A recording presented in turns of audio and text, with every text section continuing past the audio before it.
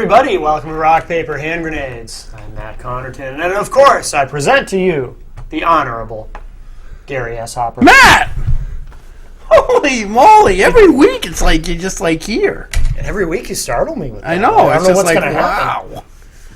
So anyway, I got my kinder, gentler hand grenade. We're not going to talk about politics today. I appreciate the kinder, gentler hand grenade. The other one makes me nervous. Yeah, I know it should. Yeah. This one's just kind of like a baseball. Really, pretty much. It's like playing catch with my dad. Exactly. Yeah, that's what we play catch with. Yes. And where? Yeah, because we're all rednecks. That's what I heard. Yeah. Exactly. Yeah. So, and I was saying this on the last show. It's like people that have a black friend. They always tell you they have a black friend to prove they're not racist. Token black friend, yes.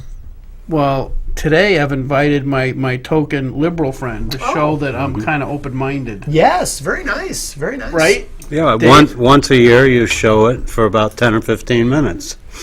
You won't win any elections with that, you know. No, not in Ware. Right. I lose votes in Ware with this one. But I appreciate that you're giving me a whole hour instead of just 10 minutes this year. Yeah.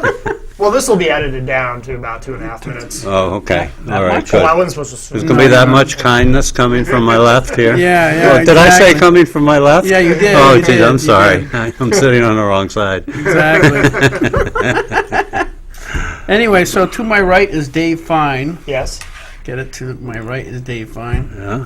And he's here to talk about, what did you want to talk about? There was a few different, what do you want to start with? Well, I'm really here to talk about the disease of alcoholism and the disease of addiction, and the stigma associated with it, and try and blow some of the myths apart a little bit, give you some statistics about the cost of addiction to our society in general and to people personally, and then go on from there a little bit. There's some misinformation, kind of correcting a few of the myths that are associated with that, and then also with the alcoholism? With the stigma of alcoholism. Yeah. Okay. The stigma of that, the stigmatization of addiction in general, and mental health for that matter. I mean, we can toss it all into one pot. What I found interesting recently in watching the news was Rick Warren, who's a Christian minister, wrote The Purpose-Driven Life. Yeah. I saw that he had returned to the pulpit after losing his son to suicide. And crap! I didn't know that. Yes. What happened? Why was he drug addiction, alcohol? Oh, that piece I don't know, but I know that it was a young man with mental illness for a long time. He was really young, wasn't he? Was he a teenager? Yeah, I believe he was a teenager. Yeah. The part that I saw was a cut on the news, as you typically get a small segment, but it was Rick really preaching to his church about the fact that mental illness is the one illness that people have that you can't really see, and that if any other organ of your body goes wrong, you get tremendous sympathy. Yeah. People come and visit you in the hospital, and with mental illness, it's not the case. With mental I've been illness, suffering from brain damage for a long time. we all understand that. Anybody who's been watching, we can kind of see it in your case. Right. Well, that's true. But that I don't kind get of a lot of blows my theory, sympathy doesn't for it. it? I don't get any sympathy for it. Well, yeah, I guess not. Okay.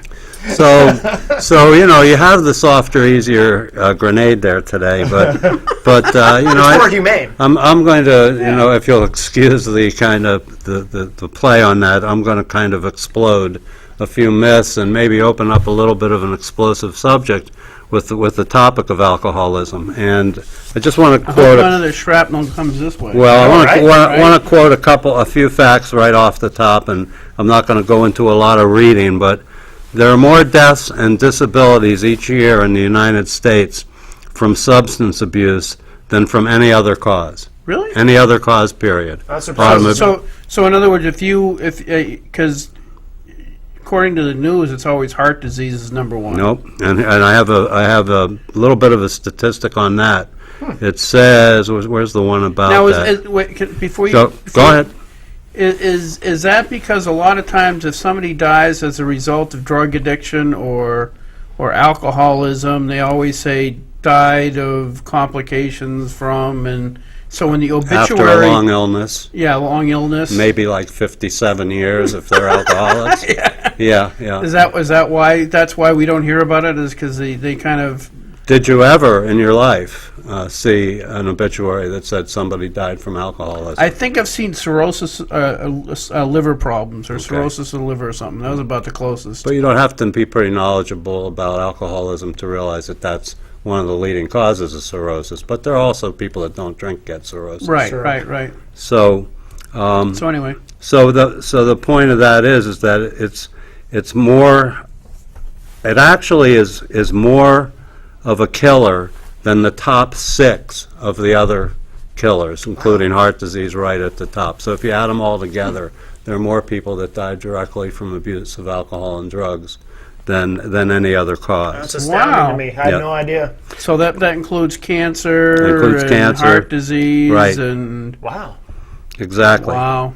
Also, there's 18 million Americans that have alcohol problems, and that statistic is probably low because, how do you arrive at that number? Yeah, how know, many I- people confess to it? Right, exactly. It's not something you're really going to sign up for or put on your census report when it's time. You know what I mean? And then more than half of all adults have a family history of alcoholism or problem drinking. That's 50% Right. of all adults.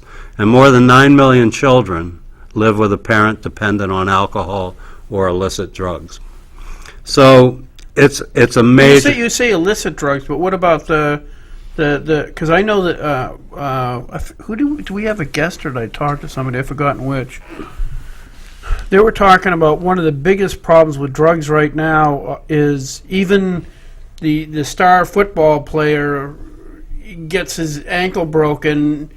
He goes to the hospital. The doctor gives him OxyContin, and he gets so addicted to that high, they stop the OxyContin. He starts on heroin. Well, you jump. So the OxyContin Right. isn't even included in that. You're jumping ahead on me, Uh-oh. but I have OxyContin down as something to He's talk gonna beat about. the heck out of me after this. I know, right? But Pretty violent Gotta guy. grab your But, hand grenade and Yeah. But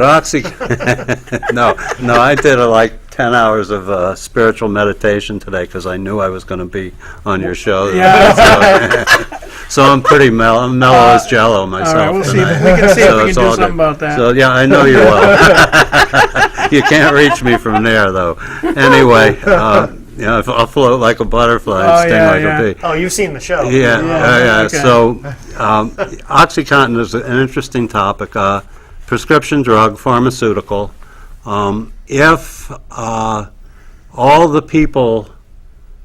If all the OxyContin that was consumed in the United States was legitimately consumed, every American would be suffering from chronic pain. The drug companies are well aware of this and then- play a huge part in addicting our youth and Americans Well, wait. and our elderly. Wait. They need to make money. They need to make money, but they need to be responsible making money. The liquor companies need to make money. The tobacco companies need to make money. But as we know, we need to be responsible in how we make money. I need to make money too, but I can't go downstairs and start selling crack on the street corner. It's not legal. So we have to be I get got connections. Well, I'd trick is not heard get that. caught. Yeah, Really, right. I'd heard that, but you never know who's watching this show. Oh, yeah, yeah. You know what they say. The NSA is all over, so Right, watch that's out. Right. That's right. So, but to get back to OxyContin on a more serious note, and occasionally I can do that, but the cynicism of the drug companies goes even further than that, than producing these extremely dangerous chemicals that our youth are consuming and dropping dead from on the streets. It's almost like body counts for OxyContin overdoses among young people right now. But they've also come up with a drug for people that are addicted to OxyContin called Suboxone. So it's like they got you coming and they got you going, just like Barnum and Bailey used to do, or Yeah, P.T. Barnum, you know, So- you get so them they- so- coming in and so get them they- going they out. get somebody addicted and say, oh, hey, we Hey, got this by the way, cure. we have this thing you can take and it'll get you off of opiates, because that's what Wow. OxyContin is. It's an opiate. Well, that's like with the methadone, right? Is that kind of the same idea? You know, It's the methadone. Methadone is a chemically induced recovery, and it's been recognized as effective for heroin abuse, heroin addiction, probably since the 60s, I believe, maybe even further back than that. It's highly controversial in the Yeah. way that it's used among people in the field of recovery. Some people feel that it's not a good thing, and other people who obviously who've been taking it and stopped using heroin and lead very productive lives find that it's been their lifesaver. So that's a good one for a real debate among people, but my feeling is that if you have a drug problem or an alcohol problem and you get sober and clean, any way that you do that is better than being running around the streets, breaking into people's houses to get what you need to get high. Right. So there are methadone treatment programs in Manchester. They're kind of, I don't know that under the radar is the exact word, but methadone treatment programs particularly do not, kind of advertise Sure. or publicize themselves. Yeah. But they're very effective for some folks.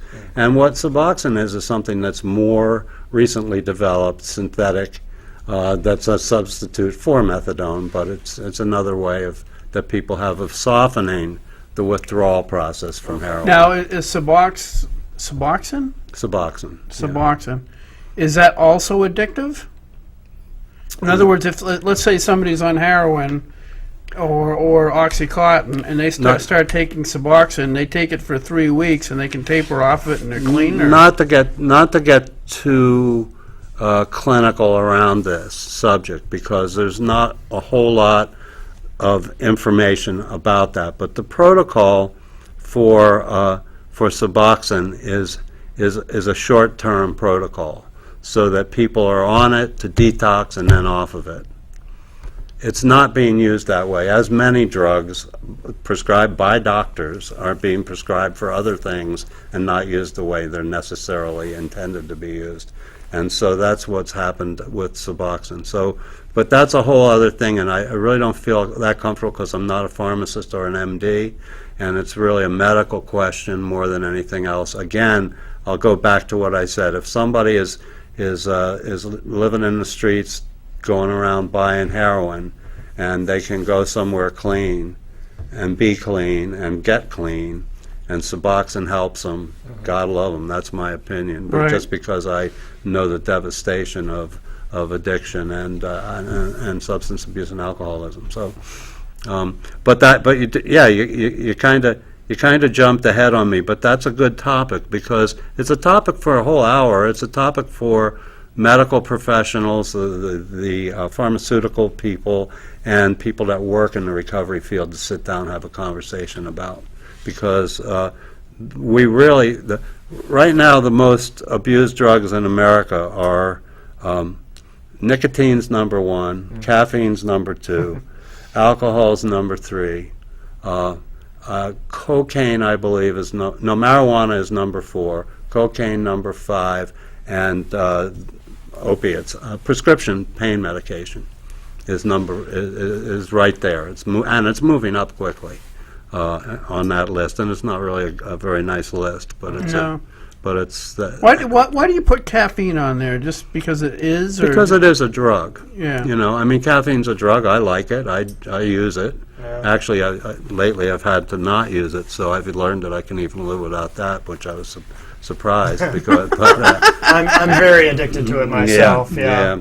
But it is a drug, and people, and all you have to do is try and stop drinking it if you're a regular drinker, to relate a little bit to somebody that has an addiction. Yeah. You feel the effects of that. Oh, Right. I sure do. Yeah. So,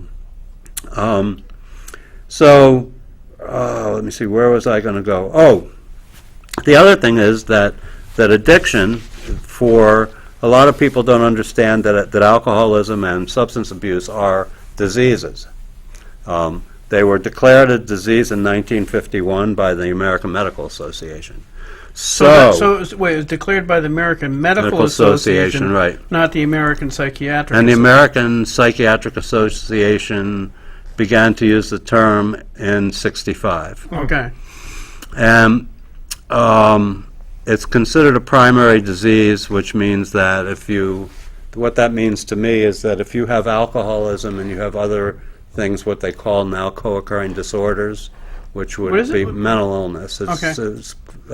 The term used to be dual diagnosis, people that have alcoholism, drug addiction, and mental illness at the same time.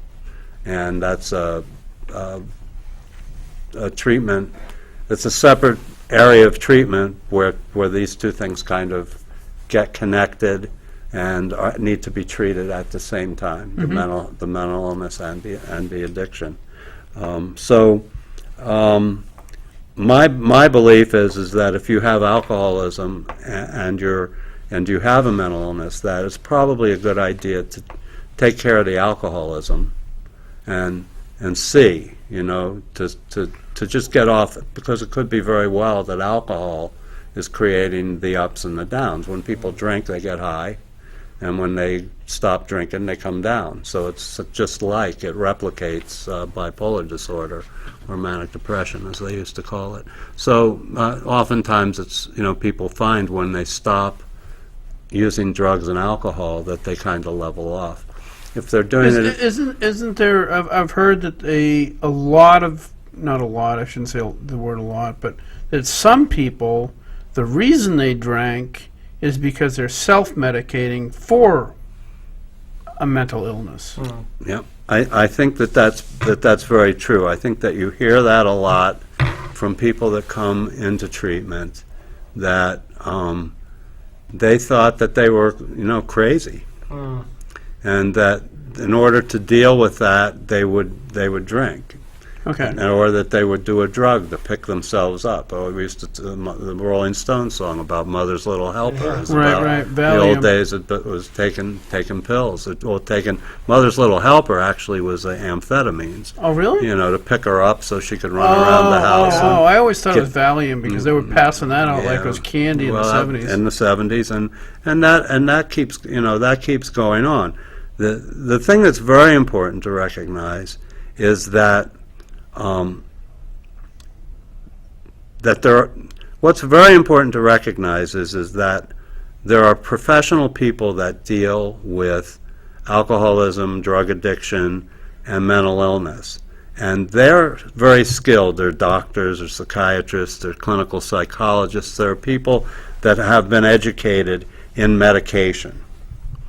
Your average person that has an opinion on medication and sobriety, or medication and being clean, and is not in a position to give medical advice. Right. So that it's very dangerous for somebody that's a lay person, that might be a person in recovery, to tell somebody else when and when not to take medication, whether it's mind-altering medication or not mind-altering medication.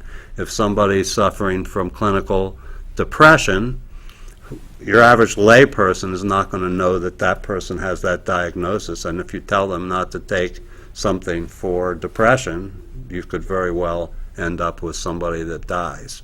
Right. Because the end of clinical depression is suicide. So, it's not anything to be toyed with. That's why there are professional people that work, and that's also why there's treatment.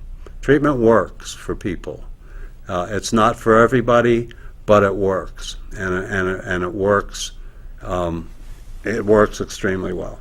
So, Well, it works extremely well. Isn't that typically if somebody wants it to work? it's quite frankly, it's only if somebody Right. wants it to work. And that doesn't have to be a big want, Gary. It doesn't have to be like, my world's coming to an end, I'll do anything, stand on my head in a corner, I just need to stop. Right. It can be a little tiny, little door, light coming through the door, desire. It might just be your mom's yelling at you one time too many, and it was because you got drunk last night. It could be that much. Right. And you just want that to change. So, it's really a matter of a desire of some kind that is really the key that unlocks the door to sobriety and to recovery. But that happens, that little tiny desire can turn into a very large desire with treatment, education, the 12-step programs, many forms. There are many, many paths on the road to recovery. There's not just one. Right. And the best treatment is when those are all working together. Yeah. How much is the medical community responsible for a lot of this? In other words, you have, like I know of, people that go in to a doctor, and a doctor will prescribe, well, it used to be, I don't know if they do that anymore, but they'll prescribe something like Valium if somebody's having, anxiety or whatever it is, and they don't monitor it, nor do they even understand it. They don't seem to really get addiction. So they'll prescribe something for somebody, they don't monitor it, they don't have any idea what effect that's actually having. I'll give you an example with me. Is I've had a lot of physical issues since I was out, within an hour of birth. Right. Okay? And the way they treat those, it's severe eczema and allergies and breathing and things like that. They're all kind of part and parcel. It's an allergic reaction to life. But back in the day, I used to go to the doctor, and they would just prescribe prednisone or steroids. Right. And there was so much information they never told me. I mean, later on they told me, well, you could go blind from glaucoma. Okay, which I've already lost vision in my right eye. I can't see out of my right eye anymore. But what they didn't tell me is the emotional ramifications. So I used to be pissed off, like wicked angry, like raging anger. Specifically from the medication you were prescribed? That was a side effect? But the problem is the way the mind works is you're angry, so the mind's saying, okay, well, why are you angry? Okay? And it was the fact of the matter is I was angry because of the medication, but then my mind would build it into something it wasn't, and it wasn't until I get older that every time I would go on prednisone, I'd have to like, calm myself down, know that I couldn't make any decisions while I was on the prednisone because they're irrational, emotional decisions. But what I'm getting at is there was no doctor ever told me that. No doctor said, hey, you're going to do this. You could get, different people react differently, but some people get really, really angry. If you get that way, call me and we'll figure out we could maybe reduce the dose. But they did not do that. They don't do that. They'll give you drugs that emotionally affect you. Like Valium can make you profoundly depressed, and they don't treat for that. They just give you the medication. You're out the door. They've got a 5-minute window of when they can talk to you, so that they can get their check. And I'm not faulting doctors, but they're handing out the OxyContin and all this other crap without any ramifications and without any real follow-up to make sure people aren't getting addicted. Like the kid playing football goes on OxyContin.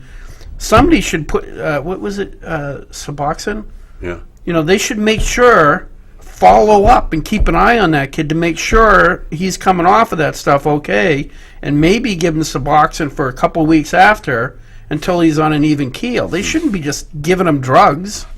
Well, your question, I think, initially was about doctors' responsibility for this, and the fact of the matter is that when a doctor goes through medical school, he's going to spend his whole career prescribing medication. That's essentially what doctors do these days. It's a big part of their job. However, when it comes to addiction, in medical school, they get 4 hours of instruction on addiction. Really? They're not calling professional people that work in the field of addiction to come in and talk to them about addiction, talk to them about 12-step programs, talk to them about how to deal with people that that have problems with drugs and alcohol. They're not informed about cross, what are contraindications, where you take one, you shouldn't be taking this other with that one.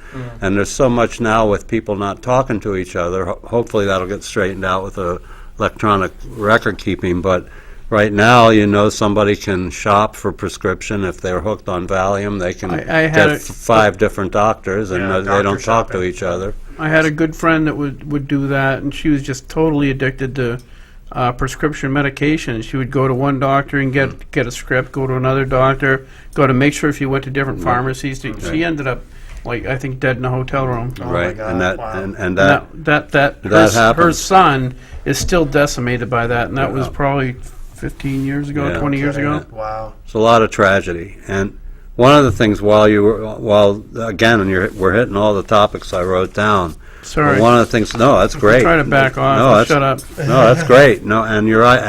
And talking about steroids really made me do some thinking, because, as you know, you'd have to be out of the country not to know that the biggest headlines on the newspapers these days are Alex Rodriguez. Yeah. And that speaks to something I wanted to talk about, which is these ideas, this misinformation that Americans have, your average American have, about addiction. Alex Rodriguez and the other guys that have been suspended, and all the hundreds and hundreds of baseball players that admittedly have taken steroid drugs to enhance their performance, are drug addicts. Any way you say it. I've not heard one person say that. In all the coverage, I've not heard one person say that they're drug addicts. Is it that they don't want? I'm sorry. Is it that they don't want to admit it, or do they just not realize? They don't. I think that there's so little education around addiction that the people that should know better, the writers, the commentators, the sportscasters. I was listening to SportsCenter. I was at my brother's in Connecticut over the weekend, and I watched SportsCenter, and they did a half-an-hour segment on A-Rod, and they talked all about him and his hypocrisy and all the nonsense that they're talking about, which actually I'm a Sox fan, so nothing could be bad enough for A-Rod as far as I'm concerned. But at any rate, I would never wish addiction on anybody. Sure. And but the fact of the matter is that anybody, think about it. The man signed a $50 million contract, and he's willing to sacrifice $50 million in a career and his reputation as a probably one of the greatest players ever to play the game, and a trip to the Hall of Fame for what? For drugs. That's a definition of drug addiction. That's right there. That's a really good point. Yeah. And you're right. No one addresses that part of it. You're right. And so I'm watching this. Okay. That's proof that liberals are smarter than Republicans. Yeah. So I'm watching this, and here's the kicker. Cut the commercial. My name's Bo Jackson. Everybody remembers Bo Jackson, great ball player. Yeah. And I take 5-hour energy drink, and it gives me energy and pep and vigor.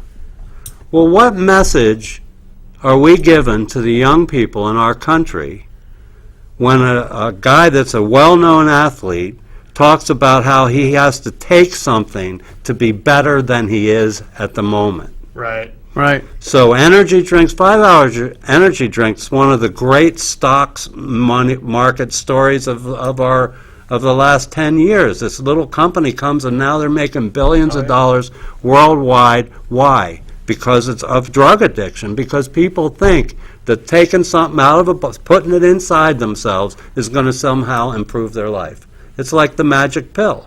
And Red Bull, energy, we know energy drinks were not in our vocabulary 15 years ago. We didn't know what an energy drink was. Yeah. Maybe Gatorade, Yeah, Gatorade, Maybe I think is it. So now, what message are we giving our young people? If you take something and put it in your body, it's going to make you more than what you are. You'll perform better. And you don't have to do anything. You don't have to work out or do, just take this, and you'll be bigger and better and stronger and faster and more alert and more productive, and that's all over every time you turn on the television set. So it's not surprising that nobody makes this can acquaint. Yeah, this they also allergen. like back in the day, they didn't really spend a lot of time on the addictive variable when it came to Lyle Alzado, Right. because he died from steroids. That's right. You know, and they didn't even care that much because he was big and strong, and that's what Right. they wanted. They want Right. big, strong guys to beat the crap out of each other on Sunday afternoon, Right. and that's all. Right. That's it. Well, you know, here not again. I'm a Red Sox fan, and I love this man. But 2 weeks ago, Big Papi tore apart some telephones with a baseball bat, almost injured Dustin Pedroia in the process because he was mad because somebody called a ball a strike. And we know that David Ortiz took steroids because he admitted it. Right. So that, if you want a picture of roid rage, which is what you're talking about with your getting angry on prednisone, Right. there's the picture right there. That's a film clip. Well, there was actually another instance of that, and I think, which really bothered me at the time. This is probably going back, I don't know, probably 20 years ago. But there was a kid down in Massachusetts who was working out.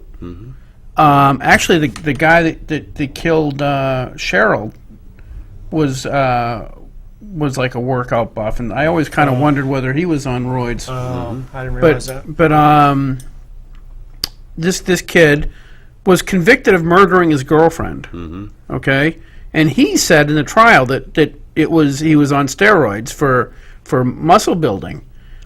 I never understood why that doctor up in, I think it was Worcester, where he was getting those shots kind of illegally, Right.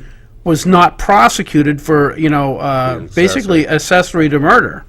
They don't do it. Right. They should be done because the kid, judging from prednisone obviously is, I'm sure, less severe a dosage than what these kids are taking to build muscle. I don't know enough I about don't it, know either. but I'm willing to bet it is. And these doctor, this particular doctor that was feeding this kid, so I'm sure that most of his anger, the reason he killed his girlfriend, was because of the drug. I am willing to bet dollars for donuts that if he wasn't taking any roids, he never would have hurt his girlfriend. Yep. But we don't hold the doctors accountable. Well, we don't hold the doctors, and again, it speaks to that. We were talking about, do you ever see alcoholism listed as a reason for a death in Right. the obituary? Do you ever see this kind of thing listed as a reason for? And then sometimes when people do kind of cop to a defense, it's along the lines of, oh, I was on this and that's why I did it. Everybody just kind of poo-poos that and says, and a lot of times it really is kind of a silly defense in some cases. But, Yeah. But in a case like that, it would be very, very different. So the Alex Rodriguez thing is one thing of the way society perceives addiction, and then the other one that really gets under. I'm so glad I got a place to talk about this tonight. I mean, these things are on my mind a lot. You're not on If you say prednisone, are you? treatment centers, no, Okay, just not on any. I'm drinking this. Energy drink. No, it's actually seltzer water with mandarin orange flavored, and it's actually sodium free. Really? No calories, just bubbles. It's got carbon, right? I guess Aren't you it's afraid just of your got carbon footprint? carbon. Oh, wait a minute! I forgot about that. If this is contributing to the carbon footprint, I can't be. Doing Yeah, this stuff. exactly. I'm a liberal. I know. That's why I pointed it out, just to try to ruin your day. Thank you. I'm not drinking that anymore. I'm going to stick to water. I like Massabesic. Tastes pretty good to me. That sounds like a song title. The other thing that gets me kind of crazy is the Lindsay Lohan, Charlie Sheen stuff. When people say the word rehab or treatment center, you probably, I would say, more than half the people in this country automatically think of those two losers. Right. And I shouldn't call somebody that's an addict a loser because it's just not okay to. And Charlie Sheen always claimed he was winning. Yeah, and he kind of is. You could call somebody who's in treatment a quitter. Well, yeah, that's true. That's Right. true. Yeah, that's true. Yeah. I went to rehab because I'm a quitter. Right, exactly. That's a good thing. And Charlie and Lindsay suffer the same disease that anybody that's an addict has. However, they've decided that they would be public with that disease. And what happens then is when somebody goes public and uses their name out in public and they say that they're recovering from addiction or alcoholism, then they get the attention of the public. And then 3 weeks later they're falling down in the middle of Manhattan, or riding around in the back of a limousine picking up hookers, then the image of treatment, the image of recovery, the image of 12-step programs. That's why 12-step programs typically have anonymity as a primary feature, so that people don't say they're members of those programs, because if they aren't able to stay sober, you wouldn't want that to impact the next person that comes along, and that's their only hope. That makes sense. That's I their thought only that hope. was also twofold, is so that you don't alienate groups of people, because if Joe Schmo was considered the spokesperson for, say, Alcoholics Anonymous, and Joe Schmo was a white rich guy, the other people would feel disenfranchised too. So It's there's part of- more than it's more than one reason why they would. Lots of reasons for it. Another reason for it is around more spiritual kind of things, but around an ideal of humility, which says that, if you're an addict or an alcoholic that's not using drugs and not drinking, you shouldn't necessarily get a parade for that. We're not supposed to use drugs and drink and be jerks. So... I get the last one covered. There you go. Yeah, right. 1 out of 3. One out of right. three. Yeah. So that that's a big part of it also. If you're running around with your chest puffed out saying, "Look what a great guy I am because I used to be an addict and alcoholic and now I don't drink or do drugs," well, it's not really. That's like sticking your chest out and say, "Hey, I just cleaned my room." Right, exactly. or I took my car to the car wash because somebody wrote "wash me" on it. Yeah, right. I mean, it's the same kind of thing. So there's reasons for that, and but the impression that these folks give, it's very, very hurtful. I'm a bit of a musician, and I certainly music as an old hippie, music's a big part of my life and has been, and since I was a kid. And there's a very well-known singer whose name I won't mention, except that he was in a band with Nash and Young, and he decided that he was not going to drink or drug anymore, and he got sober, and a year later wrote this wonderful book about how he was a member of this 12-step program, and his life had changed, and everything was great. Broke all manner of the kind of the Traditions of the traditions program. of that program, and a year later he was half dead, and he's looking for a new liver. So Yeah. that's a good example of this. How much is he kind of willing to pay for kind it? of pop. Well, he got it. I think he's still around. Oh, that's too bad. I was And- thinking I could make Well, some money. I'm very glad. pretty rich. I'm very glad he's still around. He's probably one of the best harmony singers in the history of music. Why didn't you want to say David Crosby's name? Well, I just I don't want to out him. Wait, David Crosby's gay? No, he's not. Oh, okay, Well, all I right. don't know. That piece, we don't really know anything that we haven't seen with our own eyes. Yeah, exactly. That's true. So. Yeah, no, exactly. People that come out and say that they're a member of whatever, it's Weight Watcher, whatever 12-step program and they brag about how awesome they are because they're doing something about whatever issue they had, and then people look up to them and then they fall by the wayside. It's like, see, that doesn't work. Yeah, and That's why they're not supposed to do that. and that hurts. That's hurtful to people that really need to get the help that those programs offer, and so that's a good reason for why that's done. See, what do we cover? Oh, yeah. Yeah, what? Got another hot topic here. Hot topic. Told you, get that you might have to get the real big hand grenade out. Yeah. Get one of the German ones. I used to like the German ones because Yeah? they had a stick attached to them. A stick? Yeah, remember that in Rat Hogan's Patrol? Hogan's Hogan's Heroes.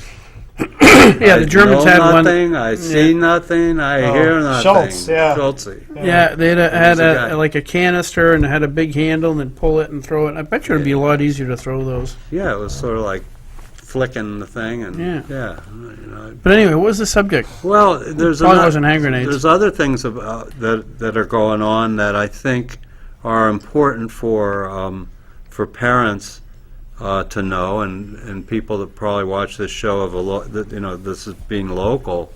I lived in Florida for 10 years. Yep.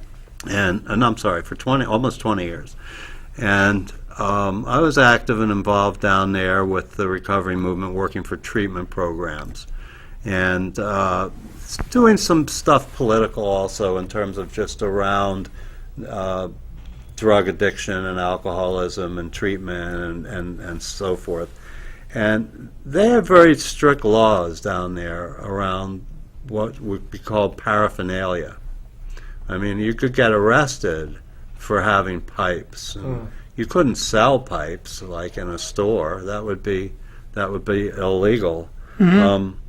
And what I was so surprised to find when I moved back here after I lived here before I moved there. I want to clear that up too. I was from Massachusetts and then up here. I know, don't hold Massachusetts against me. Right. And then I came up here and lived in Derry, New Hampshire for about 7 years. So, and then Maine and moved to Florida. But when I got back up here, I walked into a convenience store and there was this whole array of rolling papers, pipes, smoking paraphernalia. If anybody that knows anything about crack addiction, they have glass tubes that come with these little fake flowers that people use to smoke crack with. You walk in and see them with Chore Boy, which is the thing they jam in them to take the impurities out while they're smoking, and all this stuff sitting right out in You realize the how open. ridiculous that is for one thing? Yeah. You're taking a drug into your lungs that is so freaking horrible, and you're Right. worried about impurities. But Exact- anyway, Well, yeah, that's definitely true.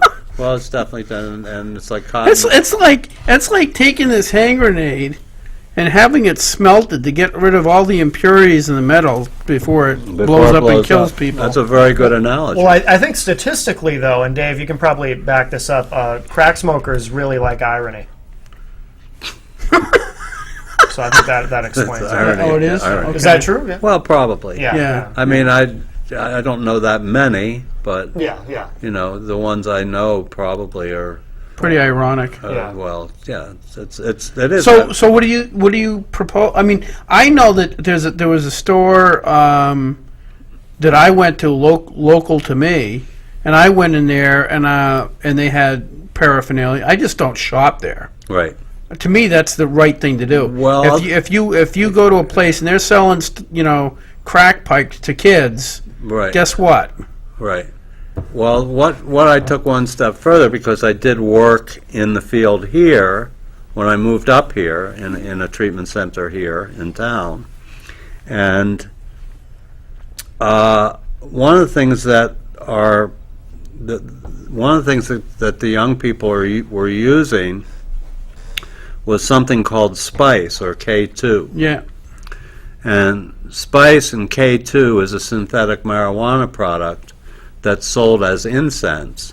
And I can go down here and take you on a little tour just up and down Elm Street Right. and show you. Well, actually, I had to stumble by the hookah bar to get up here. Actually, that's another thing.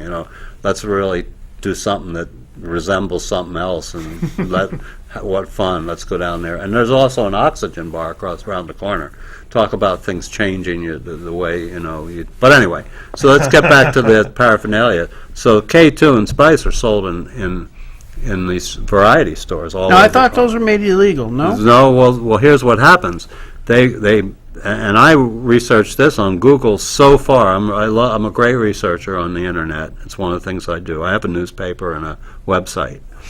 But so I researched this because I couldn't believe when I found this out that people were selling this illegally and nothing was being done about it. So I chased down the law. And I found the actual law. It's a federal law. They're against the law. However, the way that this is done is every time they pass a law, they change one. I'm not a chemist, but there's a long chemical formula. I'm not a chemist, however. Breaking Bad is my favorite TV show these days. But anyway, there's a long chemical formula, and all they have to do is change one molecule, and it's no longer illegal. Oh, interesting. So they change the molecules a lot quicker than our slow-moving, antiquated federal government can change the law. So what's happened is this stuff remains legal. Now, the fact of the matter is that these things are not, nobody really knows what they are, knows what the effect is. According to young people I've talked to that take it, that have schooled me on this particular product, there's never quite sure of the result when they smoke it, whether it's going to get them up, get them down, get them even, get them. And what we've found is that people that are on medication for serious mental illness, that have schizophrenia, that have bipolar disorder, that have other serious axis 4 is what it's called in the field, mental illness, when they're being regulated, medicated, and living a normal life as a result of the wonderful drugs that we have to treat those things now. Once they take a couple puffs of this stuff, they're just off they're off the charts. So these are available to kids in this city. Wow. Also, another product called bath salts, which is like I made a joke about that. Yeah. What is it, like a year ago? Yeah, a couple times you've Couple made of times. Yeah, jokes yeah. about I said Yeah. I couldn't afford it. I didn't know what bath salts were. I couldn't find any, so I did a couple lines of Irish Spring before the show. yeah. Well, you have to take a bath in order to use bath Oh, salts. that was very hurtful. That's what it is. But that's why I'm sitting way over here, in case Matt Poor didn't Matt. say anything. Yeah. So anyway, this is the bath salts is a whole other deal, but and they're not really pushing those out to the convenience store door. But it was just surprising to me. I think that if I lived in a town and my children went into stores that were perfectly willing for $10 or $8 or whatever it is to sell them a bag of this K2 spice stuff. Yeah. I don't advocate violence or revolution, but I might be standing outside with a sign at least, if not maybe picking up a brick. Yeah. Right. And that's just, people aren't aware of it. It's not, I'm not saying parents aren't doing their job or stuff like That's that. actually really a good idea, is just to picket the places. You need Yeah. to be aware of this kind of thing. It's going on right in your city, as your kids, are doing things. I was 15 for a lot of years, for about 20 years. So I know that you're not always doing what mom and dad think you're doing. Because that's actually, to me, a more an easier way to do it. Like you said, the legislature could try to pass a law, but would have to make it vague enough so that the police could use discretion. Then when you give police discretion, the next thing you know, it tends to be abused because they'll arrest somebody because, I don't even know how you'd word it. Right.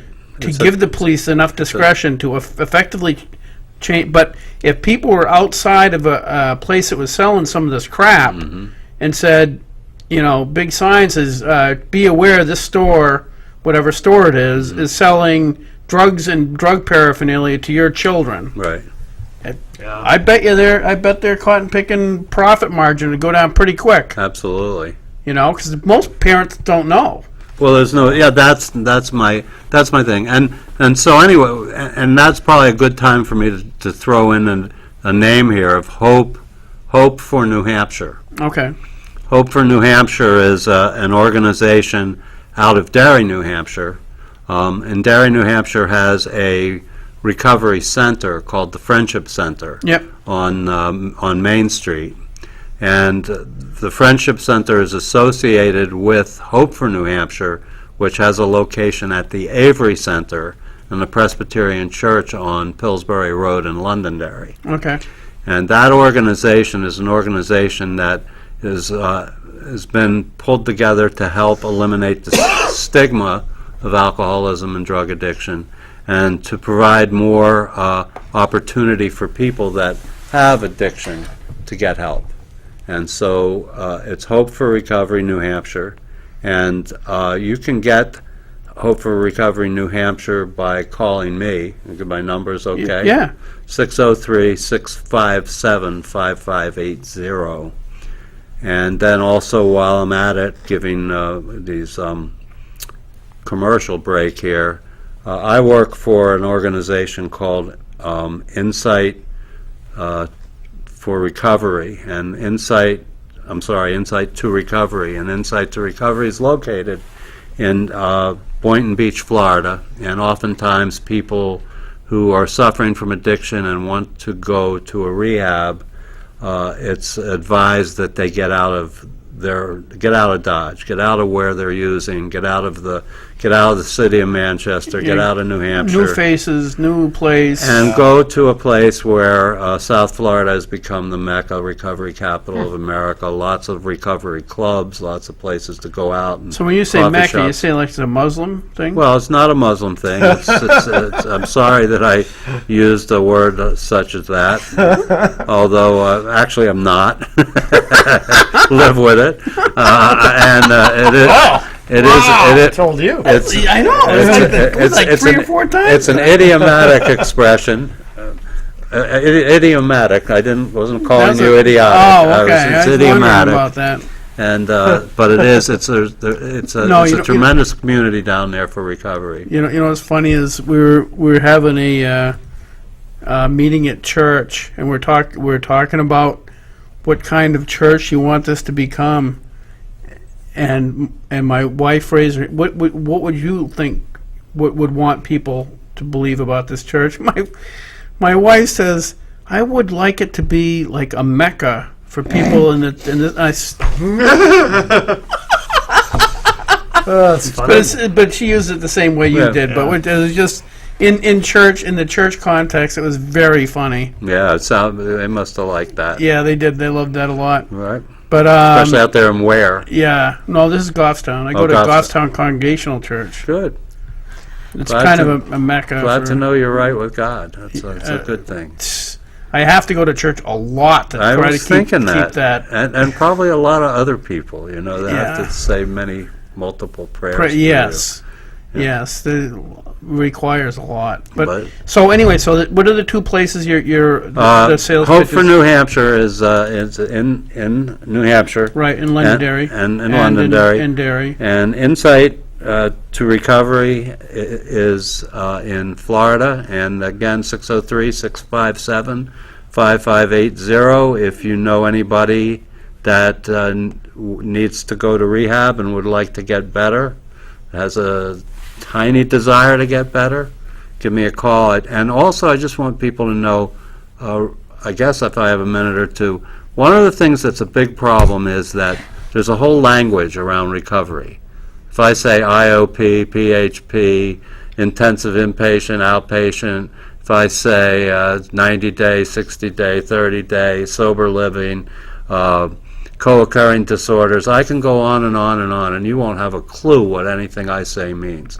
If you're a parent of a child or a brother or sister of someone and you have no experience in this world that I'm an expert and professional in, just not to toot my own horn, but I've been at this for like lots of years, I would be very, very happy to talk to you and try and sort your way and demystify and help you through this minefield that recovery can become. It can be very costly, and it doesn't have to be, but you really need to talk to somebody that's not representing, but that's going to tell you, about Right. getting help for yourself. It's a family illness. Not only the person with the addiction has a problem, but many members of the family often do. And if you need, any time, I'm available just to talk. You won't get a sales pitch. You'll get a talk, and if I can help you. What was your phone number again? It's 603-657-5580. Okay. All right. Dave, we were out of time. Hey, Thank you very much. You're awesome. more than a pleasure. Yeah, thanks We'll for do it coming again. Great, We Matt. will. Absolutely. Hey, have a good night. What was next week? I think we've got Fish and Game the director of Fish and Game is coming on. Talk about hunting and fishing and stuff I know nothing about. Is he Me going to neither. tell us where the big trout are? I hope so. Oh, man. Call in. Pay attention. Watch the thing. I'm Call gonna- up and I'm- say, hey, Big trout next we're week. big Big trout. trout's going on my calendar right now. Everybody.